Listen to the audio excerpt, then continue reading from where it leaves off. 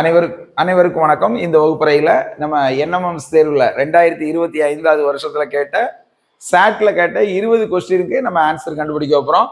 ஒரு முக்கோணத்தினுடைய 2 பக்கங்கள் 3 centimetre 5 centimetre எனில் பின்வருவனற்றுள் எது அம்முக்கோணத்தினுடைய 3வது பக்கமாக அமையுங்கிறதுக்கு நம்ம ஆன்சர் கண்டுபிடிக்க போகிறோம்.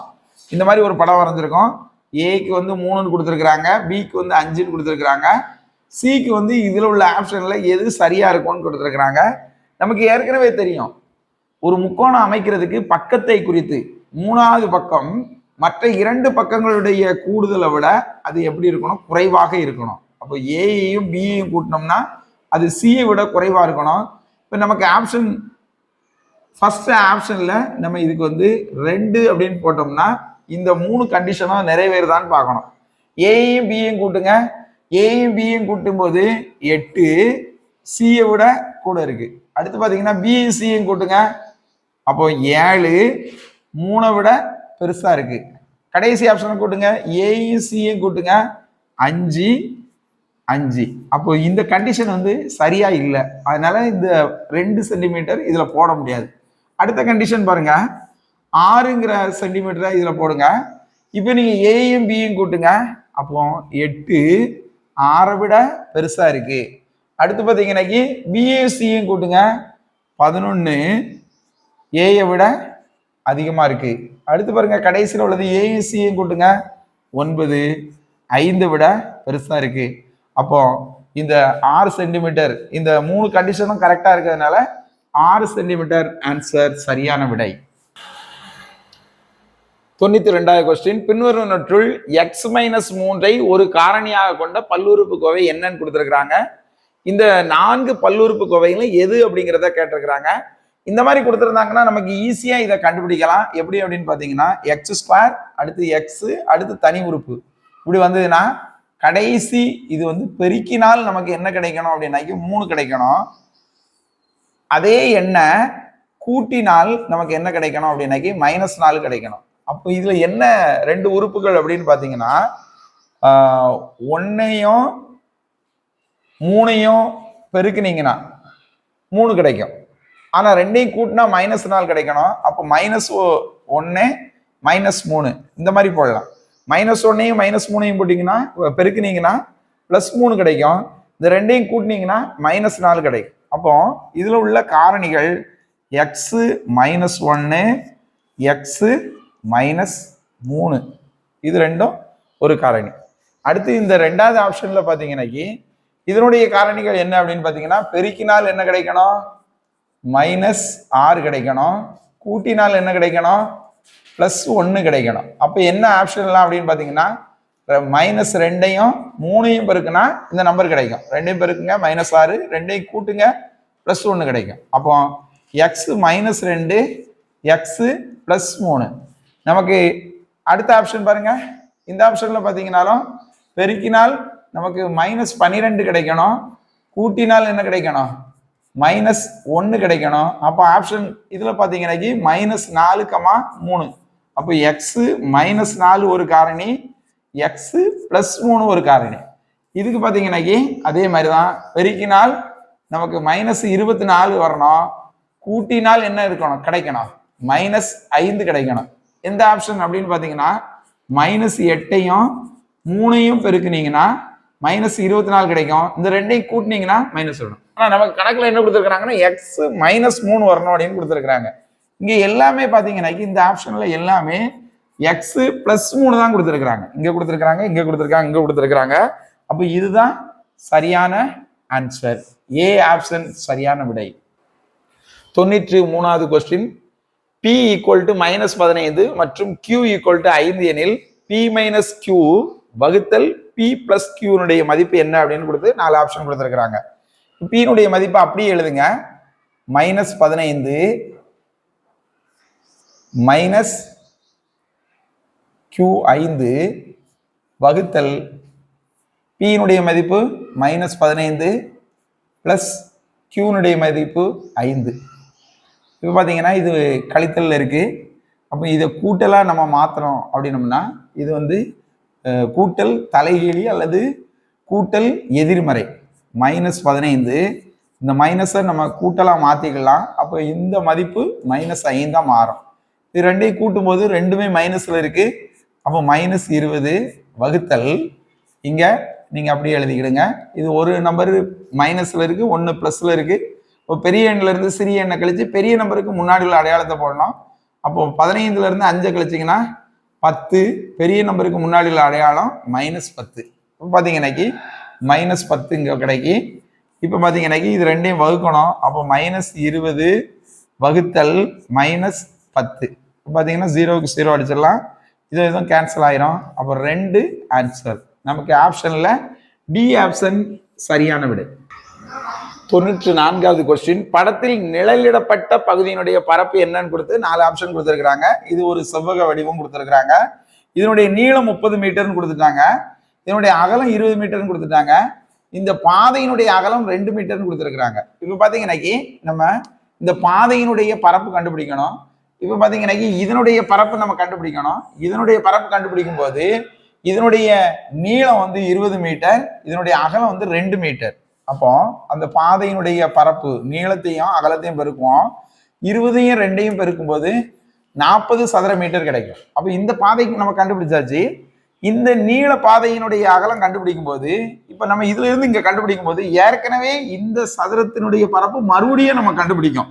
அப்போ கடைசியில என்ன பண்ணணும்னா இந்த சதுரத்தினுடைய பரப்பை நம்ம கழிக்கணும். அப்போ இந்த சதுரத்தினுடைய பரப்பை நம்ம கண்டுபிடிக்கும் போது இதனுடைய நீளம் 30 மீட்டர், இதனுடைய அகலம் 20 மீட்டர். அப்போ 30யும் 2யும் நம்ம பெருக்கணும்.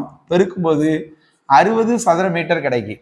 அப்போ 2யும் கூட்டும் போது நமக்கு 100 சதுர மீட்டர் கிடைக்கும். உடனடியாக ஆன்சரை போட்டக்கூடாது.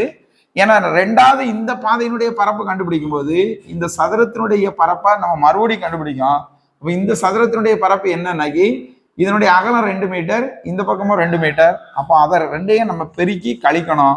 இப்போ 2யும் பெருக்கும்போது 4 சதுர மீட்டர், கழிக்கும் போது 96 சதுர மீட்டர்.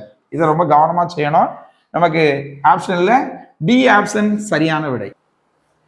95வது கொஸ்டின். முக்கோணம் ஏபிசியில் கோணம் சி ஈக்குவல் டு 100 டிகிரி மற்றும் ஏசி ஈக்குவல் டு பிசி எனில் கோணம் பியினுடைய கோணம் என்ன அப்படின்னு கேட்டிருக்கிறாங்க. நம்ம இந்த மாதிரி ஒரு படம் வரைஞ்சுக்கிடுவோம். சி 100 டிகிரின்னு கொடுத்துருக்குறாங்க. இந்த ஏசியும் இந்த பிசியும் சமன்னு கொடுத்துருக்குறாங்க. அப்போ இந்த பியினுடைய கோணம் என்ன அப்படின்னு கேட்டிருக்கிறாங்க. நமக்கு ஏற்கனவே இந்த முக்கோணத்தினுடைய பக்க அளவுகளை பற்றி நமக்கு ஏற்கனவே தெரியும். என்னன்னு கேட்டிங்கன்னா இந்த பக்கமும் இந்த பக்கமும் சமம் அப்படிங்கும்போது இதற்கு ஆப்போசிட்ல இருக்கக்கூடிய இந்த கோணமும் இதற்கு ஆப்போசிட்ல இருக்கக்கூடிய இந்த கோணமும் சமம் அப்படிங்கிறத நமக்கு படிச்சிருக்கிறோம். அப்போ ஒரு முக்கோணத்தினுடைய 3 கோணங்களுடைய கூடுதல் நமக்கு 180 டிகிரிங்கிறது தெரியும். அப்போ இந்த 2 கோணமும் சம கோணங்கள். அப்போ இதையும் எக்ஸ்ன்னு எடுத்துக்கலாம், இதையும் எக்ஸ்ன்னு எடுத்துக்கலாம். அப்போ 2x கூட்டல் இது ஒரு 100 டிகிரி ஈக்குவல் டு 180 டிகிரி. அப்போ இந்த 100 டிகிரி அங்கே போகும்போது மைனஸாக மாறும். 180லேருந்து 100 டிகிரியை நம்ம கழிக்கும் போது 80 டிகிரி வரும். அப்போ 2x 80 டிகிரினா இது ரெண்டும் பெருக்கல்ல இருக்கு. அப்போ இந்த 2 அங்கே போகும்போது வகுத்தலாக மாறும். அப்போ 2 வகுத்தீங்கன்னாக்கி 40 டிகிரி. நம்ம ஏற்கனவே பி கோணம் எக்ஸ்ன்னு எடுத்திருக்கோம். அப்போ அந்த எக்ஸ் கோணம் 40 டிகிரி பி கோணம். நமக்கு ஏ ஆப்ஷன் சரியான விடை. 96வது கொஸ்டின். இரு தசம எண்களுடைய வித்தியாசம் 56.58. அவற்றுள் ஓர் எண் 26.13 எனில் மற்றொரு எண் என்ன அப்படின்னு கேட்டிருக்கு. இப்போ வித்தியாசம் அப்படின்னாக்கி 2 எண்களுடைய வித்தியாசம் நமக்கு 56.58ன்னு கொடுத்துருக்குறாங்க. ஒரு எண்ணு கொடுத்துட்டாங்க. அப்போ ஒரு எண்ணு 26.13 எழுதிக்கிடுங்க. இப்போ இன்னொரு எண் ஏங்கிற எண்ணு நமக்கு தெரியாது. இப்போ ஏயினுடைய மதிப்பு நம்ம கண்டுபிடிக்கணும் அப்படின்னம்னா நம்ம என்ன செய்யணும், இங்கே இருக்கக்கூடிய மைனஸில் இருக்கிறது அந்த பக்கம் போகும். அப்போ ப்ளஸ்ஸாக மாறிடும். 56.58 இது கழித்தல் இருக்குது, அங்கே போகும்போது கூட்டலாக மாறிடும். 26.13 இது கூட கூட்டணும். அப்போ ஏயினுடைய மதிப்பு 8யும் 3யும் கூட்டினீங்கன்னா 11, மீதி 1 7. அடுத்து 6யும் கூட்டுங்க 12, மீதி 1 8. 82.71. ஏ ஆப்ஷன் சரியான விடை. சரி, 97வது question. a plus b the whole square minus a minus b the whole square உடைய மதிப்பு என்ன அப்படிங்கறத கண்டுபிடிக்க போறோம். இது நேரடி question. a minus b the whole square formula நம்ம அப்படியே எழுதுவோம். அப்போ a square plus b square plus 2ab. அடுத்து பாத்தீங்கன்னா கழித்தல்ல இருக்கு, அப்போ கழித்தல் போட்டுக்கிடுங்க. இப்போ a minus b the whole square உடைய மதிப்பு எழுதணும். அப்போ ஒரு bracket போட்டுக்கிடுங்க. a minus b the whole square என்ன செய்யணும்? a square plus b square minus 2ab. இப்போ பாத்தீங்கன்னா இதுக்குள்ள ஃபார்முலாவை நம்ம அப்படியே எழுதிட்டோம். இந்த மைனஸ் இங்க இருக்கு.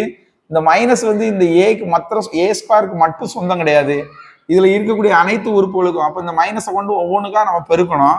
அப்போ இதை எப்படி எழுதுவோம்? a square plus B square plus 2ab. இந்த மைனஸை கொண்டு உள்ள பெருக்கும்போது மைனஸ் a ஸ்கொயர், இந்த மைனஸை கொண்டு பிளஸ் பி ஸ்கொயரை பெருக்கும்போது மைனஸ் பி ஸ்கொயர், இந்த மைனஸை கொண்டு மைனஸ் 2ab பெருக்கும்போது பிளஸ் 2ab கிடைக்கும். இப்போ பார்த்தீங்கன்னா இங்கே பிளஸ் ஏ ஸ்கொயர் இருக்கு, இங்கே மைனஸ் ஏ ஸ்கொயர் இருக்கு, இந்த ரெண்டும் கேன்சல் ஆயிரும். இங்கே பிளஸ் பி ஸ்கொயர் இருக்கு, இங்கே மைனஸ் பி ஸ்கொயர் இருக்கு, ரெண்டும் கேன்சல் ஆயிரும். நமக்கு இருக்கிறது 2ab பிளஸ் 2ab, ரெண்டையும் கூட்டினோம்னா 4ab. நமக்கு ஆப்ஷனில் பார்த்தீங்கன்னா பி ஆப்ஷன் சரியான விடை. 98வது கொஸ்டின். கொடுக்கப்பட்டுள்ள அட்டவணையிலிருந்து எக்ஸ் மற்றும் ஒய்க்கான சரியான தொடர்பு என்னன்னு கொடுத்து ஒரு அட்டவணை கொடுத்துருக்காங்க. எக்ஸ் ஒய்யினுடைய மதிப்பு நமக்கு 4 சமன்பாடு கொடுத்துருக்காங்க. அதுல நம்ம பிரதியிட்டு பார்க்கணும். இப்போ ஃபர்ஸ்ட் சமன்பாடை நீங்க எடுத்துக்கிடுங்க. ஒய் ஈக்குவல் டு 2xன்னு கொடுத்துருக்கு. அப்போ ஒய்யினுடைய மதிப்பு நமக்கு 1 கிடைக்கணும். அப்போ எக்ஸினுடைய மதிப்பு நம்ம என்ன செய்யணும்? 2 இதுல அப்ளை பண்ணி பாருங்க. அப்போ பாத்தீங்கன்னா 2 எக்ஸினுடைய மதிப்பு நீங்க 2 போடுங்க. அப்போ நமக்கு ஆன்சர் என்ன கிடைக்கும்? 4 கிடைக்கும். ஆனா நமக்கு என்ன வரணுங்க? 1 வரணும். அப்ப இந்த ஆப்ஷன் இருக்க முடியாது. அடுத்து பாருங்க, ரெண்டாவது இல்ல பாருங்க, ஒய் வந்து 1 கிடைக்கணும். அப்ப எக்ஸினுடைய மதிப்பு நமக்கு இதுல என்ன பண்ணணும்? 2 போட்டு பார்க்கணும். அப்போ இதுல 2 போடுங்க, பிளஸ் 2ன்னு கொடுத்துருக்கு. இது 4ன்னு கிடைக்கி. நமக்கு ஆப்ஷன்ல என்ன கொடுத்துருக்கு? 1 வரணும். அப்ப இந்த இதுவும் இருக்க முடியாது. அடுத்து பாத்தீங்கன்னா மூணாவது சமன்பாட்டுல ஒய் ஈக்குவல் டு அரை எக்ஸ்ன்னு கொடுத்துருக்காங்க. ஒய் வந்து 1 வரணும். அப்ப எக்ஸினுடைய மதிப்புல நீங்க 2 போட்டு பாருங்க. அப்போ அரை பெருக்கல் 2, இந்த ரெண்டும் கேன்சல் ஆயிரும். 1 கொண்டு பெருக்கும் போது ஆன்சர் 1 கிடைக்கி. அப்போ நமக்கு இந்த சமன்பாடு சரியா இருக்கு. அப்போ இதுதான் சரியான விடை. ஒரு விடுதியில் 75 மாணவர்களுக்கு 30 நாட்களுக்கு தேவையான உணவுப் பொருட்கள் வழங்கப்பட்டன. மேலும் 15 மாணவர்கள் விடுதியில் சேர்ந்து கொண்டனர் எனில் உணவுப் பொருட்கள் எத்தனை நாட்களுக்கு வழங்கப்படுங்கிற கேள்விக்கு நம்ம பதில் காண போறோம். மாணவர்களுடைய எண்ணிக்கை வந்து 75 மாணவர்களுக்கு 30 நாட்களுக்கு தேவையான உணவு இருந்தது. அது அடுத்தாப்புல 15 மாணவர்கள் எக்ஸ்ட்ரா வந்துட்டாங்க. அப்போ இந்த 75 கூட 15 நாம கூட்டணும் அப்படின்னோம்னா 90 மாணவர்கள் இருக்கிறாங்க. இவங்களுக்கு தேவையான எத்தனை நாட்கள் இந்த உணவுப் பொருள் காணும்னு கேட்டிருக்கிறாங்க. அப்போ மாணவர்களுடைய எண்ணிக்கையை அதிகரித்தால் நாட்கள் என்ன செய்யும்? அதிகமான எண்ணிக்கை வரும்போது என்ன செய்யும்? நாட்கள் என்ன செய்யும்? குறையும். அப்போ மாணவர்களுடைய எண்ணிக்கை அதிகரித்தால் நாட்கள் என்ன செய்யும்? குறையும். நாட்கள் குறையும். அப்போ 1 அதிகரிச்சு 1 குறைஞ்சதுன்னா இது என்ன மாறல்? எதிர் மாறல். அப்போ எதிர்மாறல்னா நம்ம என்ன செய்யணும்? இது அப்படியே தூக்கி மாத்தி போடணும். அப்போ இந்த 75/90 இருக்கதா நம்ம 90/75 போடணும். Equal to 30/x. ரெண்டையும் கிராஸ் பெருக்கலாம். அப்போ 90x ஈக்குவல் டு இது ரெண்டையும் பெருக்கலாம் 75/30. அப்போ எக்ஸினுடைய மதிப்பு கண்டுபிடிக்கணும்னா இது பெருக்கல்ல இருக்கு, இங்க வகும்போது வகுத்தலா மாறிடும். அப்போ 75/30. ஒரு 0க்கு ஒரு 0, 1 3 3 3 9, 1 3 3 2 3 6, 5 3 15. அப்போ 25 நாட்களுக்கு இந்த உணவுப் பொருள் இவங்களுக்கு காணும் அப்படிங்கிறது. அப்போ பி ஆப்ஷன் கரெக்டான விட. இன்னொரு இந்த ஆப்ஷன்ல இருந்தே நம்ம கொஸ்டின் கண்டுபிடிக்கலாம். அதிகமான மாணவர்கள் வந்திருக்கிறாங்க. அப்போ இந்த 30 நாட்களை விட குறைவா தான் வரணும். நமக்கு ஆப்ஷன்ல வந்து ஒரே ஒரு ஆப்ஷன் தான் 30க்கு கீழே இருக்கு. அப்போ பி தான் சரியான விடை. 100வது கொஸ்டின். 8ஆம் வகுப்பு படிக்கும் 40 மாணவர்கள் ஒரு தேர்வில் பெற்ற மதிப்பெண்கள் அட்டவணைப்படுத்தப்பட்டுள்ளன. இப்புள்ளி விவரத்தினுடைய முகடு என்ன அப்படின்னு கேட்டிருக்கிறாங்க. முகடுனா எந்த ஒரு மதிப்பெண்ணோ ஏதோ கொடுத்துருக்கல அதிகமான எண்ணிக்கை, அந்த மதிப்பெண்னா முகடு. இப்போ மதிப்பெண்கள் கொடுத்துருக்குறாங்க. 20 மதிப்பெண் 4 பேர் எடுத்திருக்கிறாங்க, 21 5 பேர் எடுத்திருக்கிறாங்க, 22 9, 23 மதிப்பெண்கள் 11 பேர் எடுத்திருக்கிறாங்க. 24 மதிப்பெண்கள் 7, 25 மதிப்பெண்கள் 4. இதுல அதிகமான மதிப்பெண்கள் யார் எடுத்திருக்கிறா அப்படின்னாக்கி அதிகமான பேர் 11 பேர் எடுத்திருக்கிறாங்க. எத்தனை மார்க் எடுத்திருக்கிறாங்கன்னா 23 மதிப்பெண்கள் எடுத்திருக்கிறாங்க. அப்போ இந்த 23ங்கிறது தான் முகடு. நமக்கு ஆப்ஷன் ஏ சரியான விடை. 101வது கொஸ்டின். கயல் என்பவர் ரூபாய் 27,000 ஒரு மாத சம்பளமாக பெறுகிறார். தனது சம்பளத்தை கல்வி, சேமிப்பு மற்றும் வீட்டு வாடகைக்காக 3:2:4 என்னும் விகிதத்தில் செலவிடுகிறார் எனில் அவருடைய சேமிப்பு சதவீதம் என்ன அப்படிங்கிறத கண்டுபிடிக்க போறோம். இந்த மாதிரி கணக்குல கல்வி, சேமிப்பு, வீட்டு வாடகை இப்படி கொடுத்து விகிதத்துல கொடுத்திருந்தாங்கன்னா இதனுடைய இடவரிசை ரொம்ப முக்கியம். கல்விக்கான பங்கு 3, சேமிப்புக்கான பங்கு 2, வீட்டு வாடகைக்கான பங்கு 4. இந்த மாதிரி வர்றத நம்ம என்ன பண்ணிக்கலாம், இந்த வரிசையா கரெக்டா எடுத்து எழுதணும். அப்போ 3x எடுத்து எழுதிக்கிடுவோம். இந்த மாதிரி விகித கணக்குக்கு நீங்க எக்ஸா அதுல போட்டுக்கணும். அடுத்து பாத்தீங்கன்னா சேமிப்பு வந்து 2x, வீட்டு வாடகை வந்து 4x. அப்போ பாத்தீங்கன்னாக்கி மொத்த பங்கு என்ன அப்படின்னு பாத்தீங்கன்னா இது எல்லாத்தையும் கூட்டினீங்க அப்படின்னாக்கி 9x. அப்போ ஒரு பங்கு நம்ம கண்டுபிடிச்சிடலாம். மொத்த பங்கு 9 பங்கும் 9x = 27,000. அப்போ பாத்தீங்கன்னா எக்ஸினுடைய மதிப்பு நம்ம கண்டுபிடிக்கணும்னா 27,000. இந்த 9 இங்க பெருக்கல்ல இருக்கு, அங்க வரும்போது வகுத்தலா மாறிடும். 1 9 9, 3 9 27. அப்போ எக்ஸினுடைய மதிப்பு நமக்கு 3000 கிடைச்சிட்டு. நமக்கு கேட்டிருக்க கொஸ்டின் என்னன்னாக்கி சேமிப்பினுடைய சதவீதம் கேட்டிருக்கிறாங்க. அப்போ சேமிப்பினுடைய பங்கு நம்ம கண்டுபிடிக்கணும். அப்போ சேமிப்பினுடைய பங்கு 2x. அப்போ 2 கொண்டு நம்ம இந்த 2x தான் கண்டுபிடிக்கணும். 2x = 2 பெருக்கல் எக்ஸினுடைய மதிப்பு நம்ம 3000 கண்டுபிடிச்சிருக்கோம். அப்போ சேமிப்பினுடைய பங்கு இந்த கொண்டு இதை பெருக்கும் போது 6,000 ரூபாய் கிடைக்கும். நமக்கு சேமிப்பு பங்கு கேட்கல, சேமிப்பு சதவீதம் கேட்டிருக்கிறாங்க. எந்த ஒரு சதவீதம் கேட்கணும்னாலும் அதனுடைய ரூபாய் நமக்கு தெரிஞ்சிருக்கணும். அப்போ சேமிப்பு சதவீதம் தெரியணும்னா சேமிப்பு ரூபாய் கிடைச்சிருக்கணும். அப்போ சேமிப்பு ரூபாய் நம்ம 6,000 கண்டுபிடிச்சிட்டோம். அப்போ 6,000 அவங்களுடைய மொத்த வருமானம், அந்த மொத்த ரூபாய் 27,000 நீங்க என்ன செஞ்சுக்கிடுங்க, பகுதியில் அப்படியே போட்டுக்கிடுங்க. பெருக்கல் 100% அப்படியே பெருக்கணும். அப்போ பார்த்தீங்கன்னா இந்த 3 0க்கும் 3 0 அடிச்சிருங்க.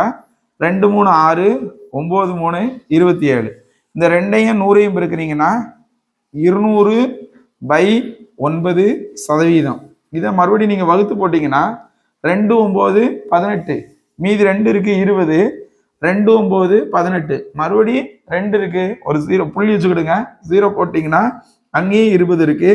அப்போ 2 9 18. அடுத்தாப்புலையும் அதே மாதிரி போயிட்டு இருக்கோம். அப்போ இதனுடைய ஆன்சர் 22.222%. சி ஆப்ஷன் சரியான விடை. 102வது கேள்வி. தனிவட்டியில் ஒரு குறிப்பிட்ட அசலானது 2 ஆண்டுகளில் ரூபாய் 4,400 ஆகவும் 3 ஆண்டுகளில் ரூபாய் 4,600 ஆகவும் மாறுகிறது எனில் அசல் மற்றும் வட்டி வீதம் என்ன அப்படின்னு கேட்டிருக்கிறாங்க. இதுக்கு நம்ம விடை காண போறோம். இப்போ நீங்க இந்த கணக்குல இருந்து கேட்கலாம், 3 ஆண்டுகளுடைய மொத்த தொகை வந்து நமக்கு கொடுத்துருக்குறாங்க 4,600 கொடுத்துருக்குறாங்க. 2 ஆண்டுகள்ல மொத்த தொகை வந்து 4,400 கொடுத்துருக்குறாங்க. அப்போ இதுல இருந்து இதை கழிக்கும் போது இந்த 200 ரூபாய் ஒரு ஆண்டுக்கான வட்டி நமக்கு கிடைக்கும். இப்போ ஒரு ஆண்டுக்கான வட்டி வந்து ரூபாய் 200 அப்படின்னு தெரிஞ்சதுன்னா அப்போ 2 ஆண்டுக்கான வட்டி 2 கொண்டு நீங்க 200 பெருக்கும் போது 2 ஆண்டுக்கான வட்டி 400 ரூபான்னு கண்டுபிடிச்சிடலாம். அப்ப இப்ப பாத்தீங்கன்னா 2 ஆண்டுகள்ல மொத்த தொகை 4,400ல இருந்து நீங்க இந்த 400 ரூபாயை கழிச்சிட்டீங்க அப்படின்னாக்கி அசல் எவ்வளவுன்னு தெரிஞ்சிடும். அப்போ 4,000 ரூபாய் அசல்ங்கிறத கண்டுபிடிச்சாச்சு. நம்ம கணக்குல அசல் கேட்டிருக்கிறாங்க, அசல் 4,000 கண்டுபிடிச்சிட்டோம்.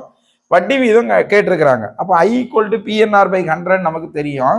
இதுல நம்ம அப்படியே பிரதியிடணும். அப்போ நமக்கு வந்து வட்டி வந்து கணக்குல கொடுத்துருக்குறாங்க. மொத்த தொகை வட்டி வந்து நம்ம இதுல கண்டுபிடிச்சிருக்கோம் 400 ரூபான்னு கண்டுபிடிச்சிருக்கோம். அப்போ 400 அப்படியே போட்டுக்கிடுங்க.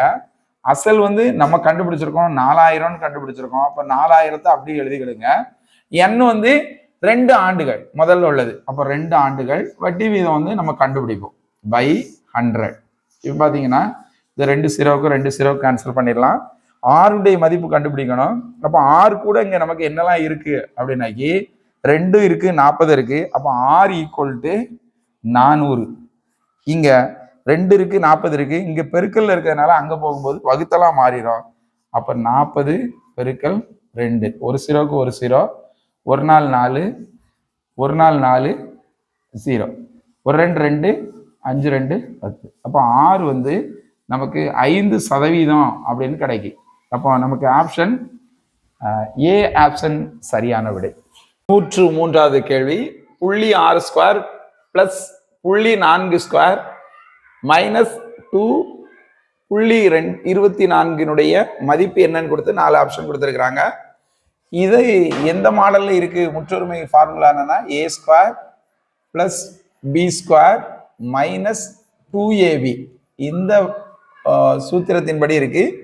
இதனுடைய ஃபார்முலா என்ன அப்படின்னு பார்த்தீங்கன்னா A minus B the whole ஸ்கொயருடைய ஃபார்முலா தான் இது.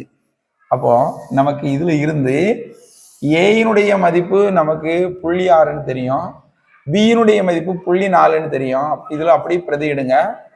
0.6 கழித்தல் 0.4 ஹோல் ஸ்கொயர், இதுல ஆன்சர் கிடைச்சிரும். 0.6ல இருந்து 0.4 கழிச்சிங்கன்னா 0.2 ஹோல் ஸ்கொயர் கிடைக்கும். அப்போ 0.2யும் 0.2யும் நம்ம பெருக்கும் போது 2 பெருக்குனீங்கன்னா 4, இதுல ஒரு புள்ளி இருக்கு, இங்க ஒரு புள்ளி இருக்கு, அப்போ 2 ஸ்தானம் தள்ளி புள்ளி வைக்கணும். அப்போ 0.04 முன்னாடி ஒரு 0 போட்டுக்கிடுவோம். அப்போ நமக்கு டி ஆப்ஷன் சரியான விடை. 104வது கணக்கு, 15 கூட்டல் 16 1ஆம் இலக்கம் என்னன்னு கொடுத்து 4 ஆப்ஷன் கொடுத்துருக்காங்க. நமக்கு இது ரொம்ப சிம்பிளா கொடுத்துருக்காங்க. 0 1 5 6 இந்த மாதிரி அடுக்குகள்ல கடைசி 1வது இலக்கம் வந்து வந்ததுன்னா அதே எண்ணு தான் அப்படிங்கிறது நமக்கு முன்னாடியே படிச்சிருக்கோம். அப்போ 15 அடுக்கு 15 அப்படின்னம்னா இதனுடைய முதல் இலக்கமும் 5 தான். அடுத்து பார்த்தீங்கன்னாக்கி இந்த 6 என்கிற எண்ணினுடைய இந்த 16 அடுக்கு 16 அது எத்தனை அடுக்கு வந்தாலும் இதனுடைய முதல் இலக்கம் என்னதான் 6 தான். இந்த ரெண்டையும் நம்ம கூட்டணும். கூட்டும்போது நமக்கு 11 கிடைக்கி. இப்போ இதுல முதல் இலக்கம் 1, நமக்கு சி ஆப்ஷன் சரியான விடை. 105வது கொஸ்டின், ஒரு சாய் சதுரத்தினுடைய பரப்பளவு 25 சதுர சென்டிமீட்டர், மேலும் அதன் ஒரு மூலை விட்டம் மற்றொரு மூலை விட்டத்தை போல் 2 மடங்கு எனில் அவ்விரு மூலை விட்டத்தினுடைய விட்டங்களினுடைய கூடுதல் என்னங்கிறத நம்ம கண்டுபிடிக்க போறோம். இந்த மாதிரி ஒரு சாய் சதுரம் படம் வரைஞ்சிருக்கோம். இதனுடைய மூலை விட்டம் ஒரு மூலை விட்டத்தை விட இன்னொரு மூலை விட்டம் 2 மடங்குன்னு கொடுத்துருக்காங்க. அப்ப நம்ம இந்த மூலை விட்டத்தை எக்ஸ்ன்னு எடுத்துக்கிட்டோம், இந்த மூலை விட்டம் இதை விட 2 மடங்குன்னு கொடுத்துருக்கிறதுனால நம்ம 2x எடுத்துக்கணும். இந்த சாய் சதுரத்தினுடைய பரப்பு நமக்கு வாய்ப்பாடு தெரியும், அரை d1 × d2. இப்போ இதனுடைய மதிப்பு நமக்கு கொடுத்துட்டாங்க, 25 சதுர சென்டிமீட்டர் கொடுத்துட்டாங்க. இந்த d1 வந்து நம்ம வந்து எக்ஸ்ன்னு எடுத்திருக்கோம். அப்போ அரை எக்ஸ் பெருக்கல் d2 வந்து 2xன்னு எடுத்திருக்கோம், ஈக்குவல் டு இது 25 சதுர சென்டிமீட்டர். இப்போ பார்த்தீங்கன்னா இந்த ரெண்டுக்கும் கேன்சல் பண்ணிடலாம். அப்போ எக்ஸையும் பெருக்கிறீங்கன்னா எக்ஸ் ஸ்கொயர் ஈக்குவல் டு 25. நம்ம இந்த 25 5 ஸ்கொயர்னு எழுதலாம். 2 ஸ்கொயரையும் நம்ம கட் பண்ணோம்னா எக்ஸினுடைய மதிப்பு நமக்கு 5 சென்டிமீட்டர்னு கிடைச்சிருக்கு. அப்போ மற்றொரு மூலை விட்டம் 2x. அப்போ அந்த 2xனுடைய மதிப்பு நம்ம கண்டுபிடிக்கணும் அப்படின்னம்னா எக்ஸினுடைய மதிப்பை இதுல பிரதியிடணும். அப்போ 2ஐயும் 5ஐயும் பெருக்கும்போது 10 சென்டிமீட்டர். அப்போ 2 மூலை விட்டமும் நமக்கு கிடைச்சிட்டு, நமக்கு கணக்குல என்ன கேட்டிருக்காங்கன்னா 2 மூலை விட்டங்களுடைய கூடுதல் கேட்டிருக்கிறாங்க. அப்போ எக்ஸையும் 2xையும் நம்ம கூட்டணும். எக்ஸினுடைய மதிப்பு 5, 2xனுடைய மதிப்பு 10, ரெண்டையும் கூட்டும்போது 15 சென்டிமீட்டர் கிடைக்கி. நமக்கு ஆப்ஷன்ல டி ஆப்ஷன் சரியான விடை. 106வது question, x⁻³ 1/3 plus x⁻³ 1/3 equal to 14 எனில் எக்ஸினுடைய மதிப்பு என்ன அப்படிங்கிறத நம்ம கண்டுபிடிக்க போகிறோம். இது பார்த்தீங்கன்னா 6வது வகுப்பு கணக்குல 2⁻40 கூட்டல் 2⁻40 அப்படின்னு ஒரு கொஸ்டின் கேட்டிருப்பாங்க. இதை என்ன முறையில நம்ம செஞ்சோமோ அதே முறையில தான் இந்த கணக்கையும் நம்ம செய்ய போகிறோம். இந்த x⁻³ 1/3 நம்ம வெளியில எடுத்துக்கிட்டோம் அப்படின்னோம்னா உள்ள 1 இருக்கு, 1ஐயும் இதையும் பெருக்கணும்னா இது கிடைச்சிரும். மறுபடியும் பிளஸ் போட்டுக்கிடுங்க, மறுபடியும் 1 போட்டோம்னா 1 கொண்டு இதை பெருக்கும்போது இது கிடைச்சிரும், ஈக்குவல் டு 14. இப்போ இந்த 1ஐயும் கூட்டும்போது 2 பெருக்கல் x⁻³ 1/3 ஈக்குவல் டு 14. இந்த 2 இங்க பெருக்கல் இருக்கு, அங்க போகும்போது வகுத்தலாக மாறும். அப்போ இந்த 2ஐயும் 14ஐயும் கட் பண்ணலாம்.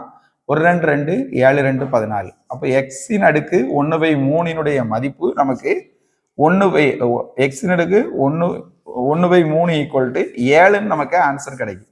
இப்போ பார்த்தீங்கன்னாக்கி 8வது வகுப்பு பாடத்தில் நம்ம படிச்சிருப்போம் ரூட் எக்ஸ் இருக்கு. இந்த ரூட் எக்ஸை ஸ்கொயர் பண்ணோம்னா நம்ம வந்து இந்த ரூட் வந்து கேன்சல் ஆயிரும்னு சொல்லுவோம். அது எப்படி கேன்சல் ஆகுது? இப்போ இதனுடைய மதிப்பு என்ன அப்படின்னாக்கி எக்ஸின் அடுக்கு 1/2. இப்போ இதை நம்ம ஸ்கொயர் பண்ணும்போது என்ன வந்து ரெண்டும் கட் ஆயிரும், எக்ஸ் கிடைக்கும். அதே மாதிரி தான் இந்த எண்ணையும் எக்ஸின் அடுக்கு 1/3 நம்ம அங்க ஸ்கொயர் பண்ண மாதிரி இங்க என்ன பண்ணோம்னா 2 பக்கமே கியூப் பண்ணும்.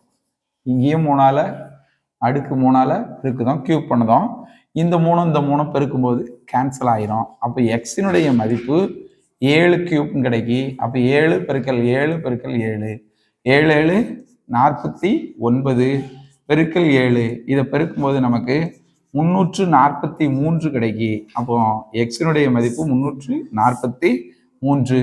ஏ ஆப்ஷன் சரியான விடை.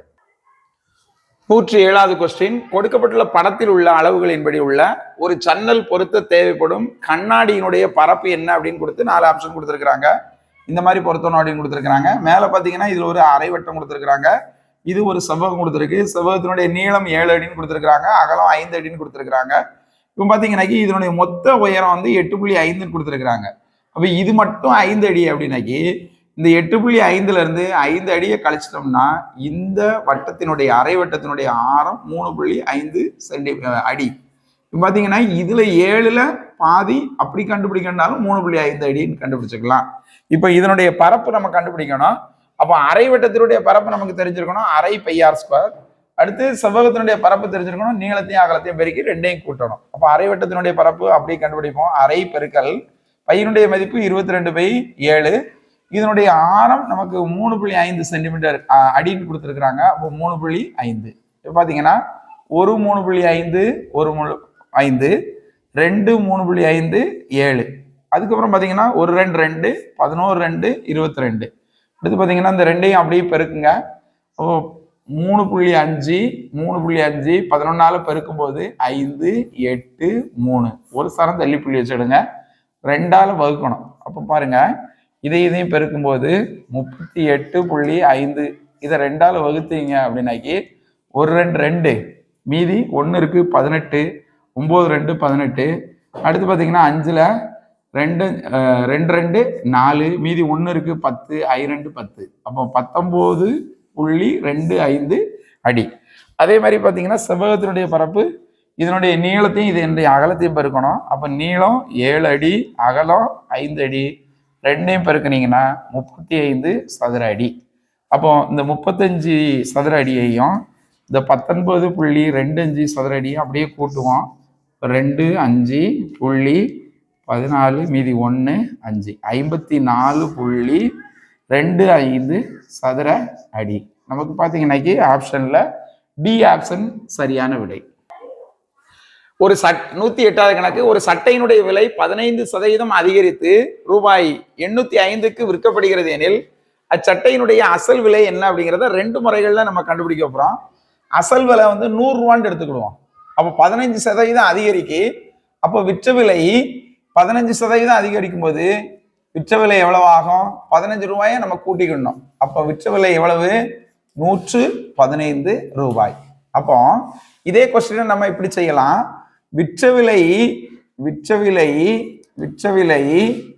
115 எனில் அசல் எவ்வளவு? அசல் வந்து 100 ரூபாய்.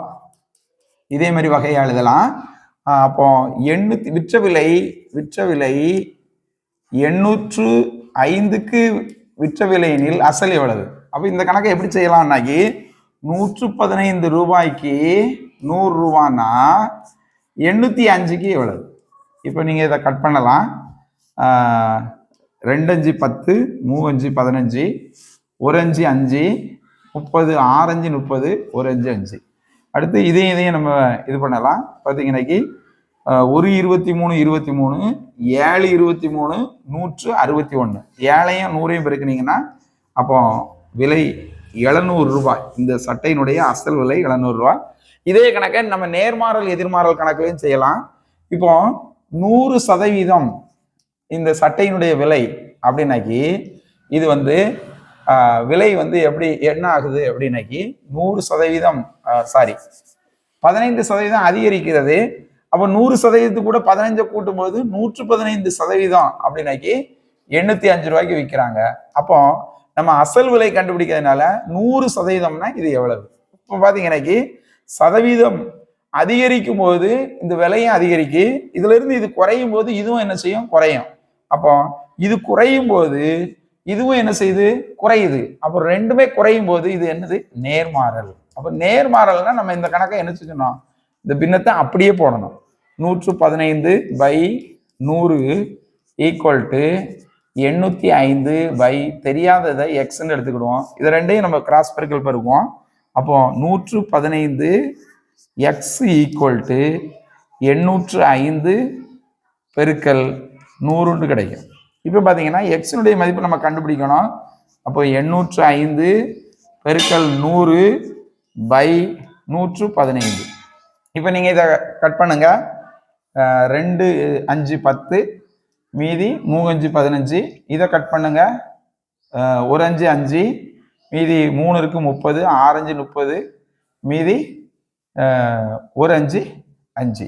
இப்போ இதுக்கும் கட் பண்ணலாம். 1 23 23 7 23 161. 7ஐயும் 100 பெருக்குனீங்கன்னா 700 ரூபாய் அப்படிங்கிறத கண்டுபிடிச்சிருக்கலாம். 2 முறையில கண்டுபிடிக்கலாம்.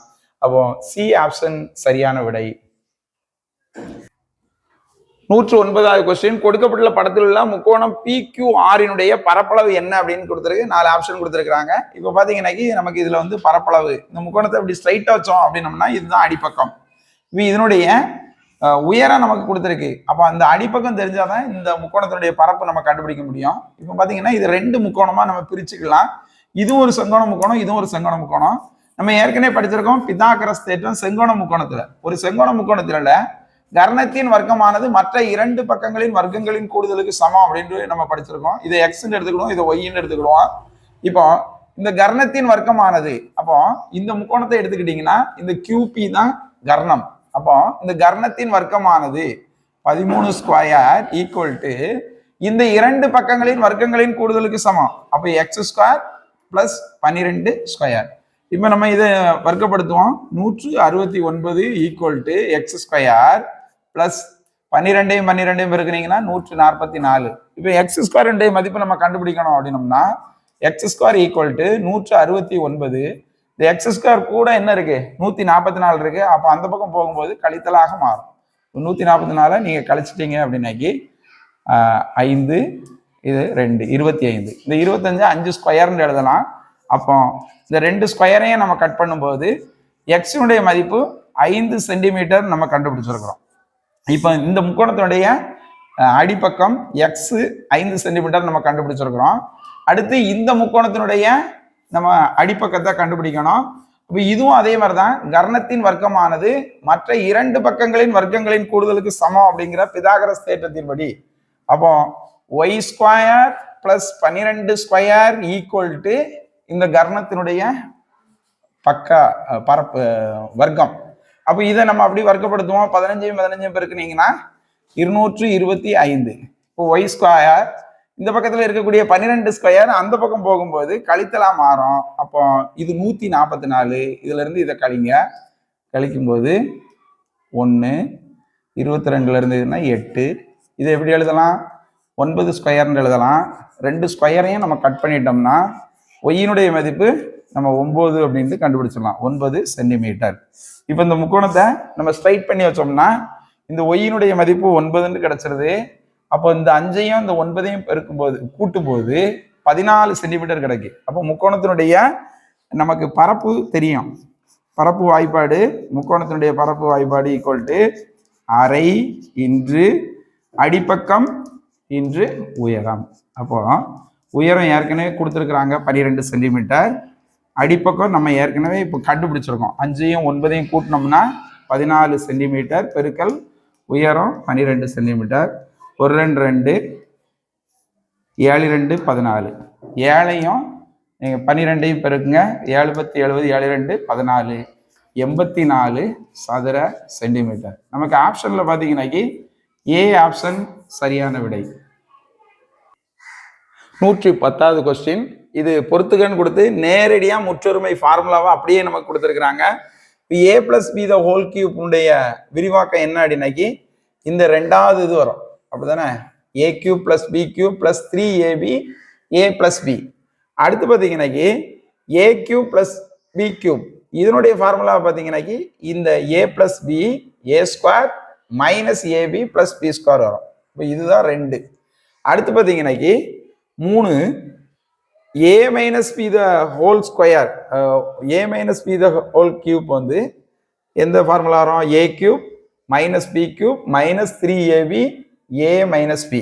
அப்போ இதுதான் 3வது வரும். 4வது A minus B A square plus AB plus B square. இது நேரடி கொஸ்டின். இதை நீங்கள் பொருத்தி பார்த்தீங்கன்னாக்கி இந்த 1வது ஆப்ஷன் கரெக்டாக பொருந்தும். இதே மாதிரி மற்ற கணக்குலையும் நீங்கள் செய்து பாருங்கள். நன்றி, வணக்கம்.